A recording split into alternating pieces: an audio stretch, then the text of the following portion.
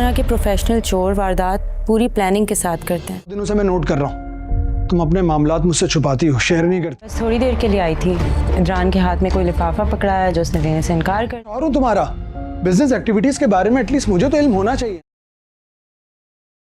کیا شائلہ اب سمین کی زندگی مکمل طور پر برباد کرنے والی ہے، اور کیا وہ عدنان کو سمین کے خلاف کرنے میں کامیاب ہو جائے گی؟ آنے والی قسط میں ایک ایسا راز سامنے آئے گا جو سب کچھ بدل دے گا. عدنان شائلہ سے کہے گا کہ تمہاری کاروباری سرگرمیوں کے بارے میں کم از کم مجھے تو علم ہونا چاہیے، لیکن تم کافی دنوں سے اپنے معاملات مجھ سے چھپا رہی ہو اور کچھ بھی شیئر نہیں کرتی. شائلہ اس بات پر کیا جواب دے گی، یہ دیکھنا کافی دلچسپ ہوگا. دوسری طرف شائلہ ایک ایسا الزام بھی لگا دے گی جس سے معاملہ مزید سنگین ہو جائے گا. وہ کہے گی کہ کچھ لوگ پوری پلاننگ کے ساتھ پیشہ ورانہ انداز میں وارداتیں کرتے ہیں، لیکن اصل میں شائلہ کے ذہن میں کیا چل رہا ہے یہ ابھی کسی کو معلوم ہی نہیں. ادھر سمین سمجھتی ہے کہ شاید کچھ وقت بعد حالات دوبارہ معمول پر آ جائیں گے. وہ صبر سے کام لے گی اور سوچے گی کہ ایک مسئلہ حل ہوتے ہی باقی معاملات بھی ٹھیک ہو جائیں گے، لیکن اسے کیا معلوم کہ اس کی زندگی میں ایک اور بڑا طوفان آنے والا ہے، کیونکہ شاجر پاکستان واپس آ جائے گا اور آتے ہی سمین کو پریشان کرنا شروع کر دے گا. سمین اسے خبردار کرنے کے لیے اس سے ملنے جائے گی تاکہ یہ مسئلہ ہمیشہ کے لیے ختم ہو جائے، مگر اسی ملاقات کے دوران ایک ایسا واقعہ ہوگا جس کا سمین نے تصور بھی نہیں کیا ہوگا. شائلہ دونوں کو ایک ریسٹورینٹ میں ساتھ بیٹھتے ہوئے دیکھ لے گی. یہ منظر شائلہ کے لیے سمین کو عدنان کی زندگی سے نکالنے کا سنہری موقع بن جائے گا، اور پھر وہ گھر جا کر ایسا ہنگامہ کھڑا کرے گی کہ سب کے ہوش